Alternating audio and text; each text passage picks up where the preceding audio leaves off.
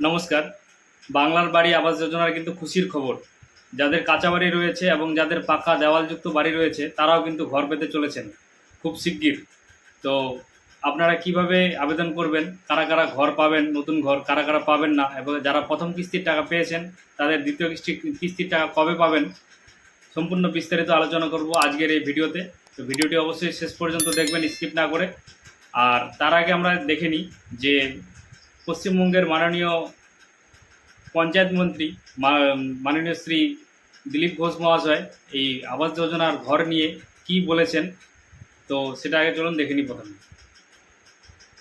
সংখ্যা আসছে না আবাস যোজনায়, বিশেষ করে প্রত্যেক বাড়িতে পৌঁছতে হবে, সেখানকার তথ্য নিতে হবে। আর এই তথ্যগুলো একবারের জন্য নয়। এই যে অন্নপূর্ণা ভান্ডারে যে অনেক তথ্য আমরা নিয়েছি, সবাই অন্নপূর্ণা ভান্ডারে পাবে না, কিন্তু এই তথ্য আমাদের কাছে পার্মানেন্টলি থাকলো। পরবর্তীকালে যখন কোনো যোজনার লাভ তাকে দিতে হবে, আমরা সেখান থেকে বেছে নিয়ে সেই লোককে সেই সুবিধা দিতে পারি। এ ধরনের প্রজেক্ট চলতেই থাকে। তো একবার তো আমাদেরকে সার্ভেটা পুরো করতে হবে। আর এইবারে যে আবাস যোজনার নাম আপনি যদি না ঢোকান, আবার কবে সার্ভে হবে? 5 বছর 10 বছর পরে সে মানুষটা 10 বছর পিছিয়ে যাবে, সে বাড়ির সুবিধা পাবে না। তার দোষটা কার হবে?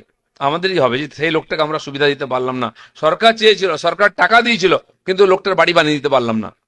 এরকম আমাদের এখানে অনেক বাড়ি আছে যারা শহরাঞ্চলে কলকাতার আশপাশে বা ওই জেলাগুলোতে নিজেরা সম্পন্ন আছে, সেখানে বাড়িঘর করে নিচ্ছে, পাকা বাড়ি। কিছু টেকনিক্যাল প্রবলেম ছিল, টিনের বাড়ি, টালির বাড়ি, এসবেস্টরের বাড়িকে পাকা বাড়ি বলে ধরা হচ্ছিল। কেন্দ্র যে আইন বানিয়েছে তার মধ্যে এইগুলো ছিল না। আমাদের এখানে ওইটাই ধরেন, তাহলে তো আর কাঁচা বাড়ি নাই। আজকাল মাটির বাড়ি, খড়ের চাল কোথায় আছে? আর কেউ করে না, প্রায় নাই।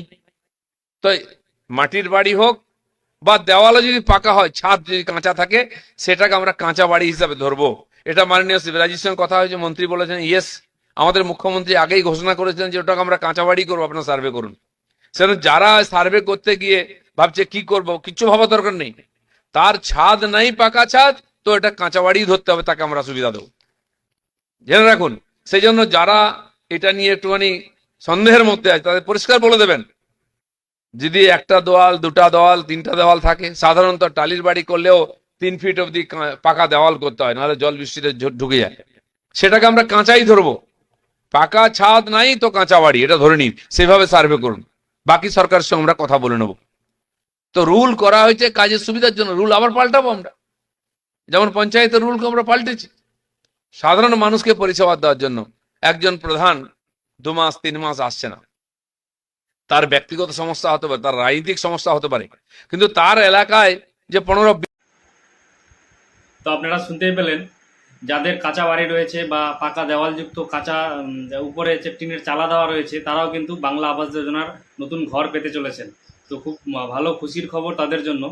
আর এটাও বলা হয়েছে যে সার্ভের সময় কিন্তু বাড়ানো হয়েছে, কারণ 20 জুলাই, গত 20 জুলাই পর্যন্ত কিন্তু সার্ভের লাস্ট ডেট ছিল, কিন্তু পঞ্চায়েতের কাজ খুব ধীর গতিতে চলায় কাজ কিন্তু কমপ্লিট হয়নি, সার্ভে কমপ্লিট করা যায়নি। তাই কিন্তু আবার সময় বাড়িয়ে 15 আগস্ট পর্যন্ত করা হয়েছে। 15 আগস্টের মধ্যে কিন্তু সার্ভে কমপ্লিট করতে হবে। পঞ্চায়েত কর্মী যারা এই দায়িত্বে রয়েছেন তাদেরকে কিন্তু নির্দেশ দিয়েছে। তো আপনারা কিন্তু খুব তাড়াতাড়ি ঘর পেতে চলেছেন, যাদের কাঁচা বাড়ি রয়েছে বা যাদের পাকা দেওয়ালযুক্ত কাঁচা উপরে ছাদ হচ্ছে টিনের চালা বা অন্য কিছু রয়েছে। তো তো আজকের ভিডিওর মাধ্যমে এইটুকুই আপনাদেরকে ইনফরমেশন দেওয়ার ছিল। দেখা হবে আবার পরবর্তী অন্য কোনো ভিডিওতে। আজকের ভিডিওটা এখানটায় শেষ করছি। চ্যানেলে নতুন হলে চ্যানেলটাকে সাবস্ক্রাইব করবেন এবং পাশে থাকা বেল আইকনে ক্লিক করে নোটিফিকেশন অল করে দেবেন। এবং ভিডিওটি যদি ভালো লাগে তাহলে একটা লাইক করবেন এবং বন্ধুদের সঙ্গে শেয়ার করে তাদেরকেও কিন্তু ইনফরমেশন দেওয়ার চেষ্টা করবেন। ধন্যবাদ।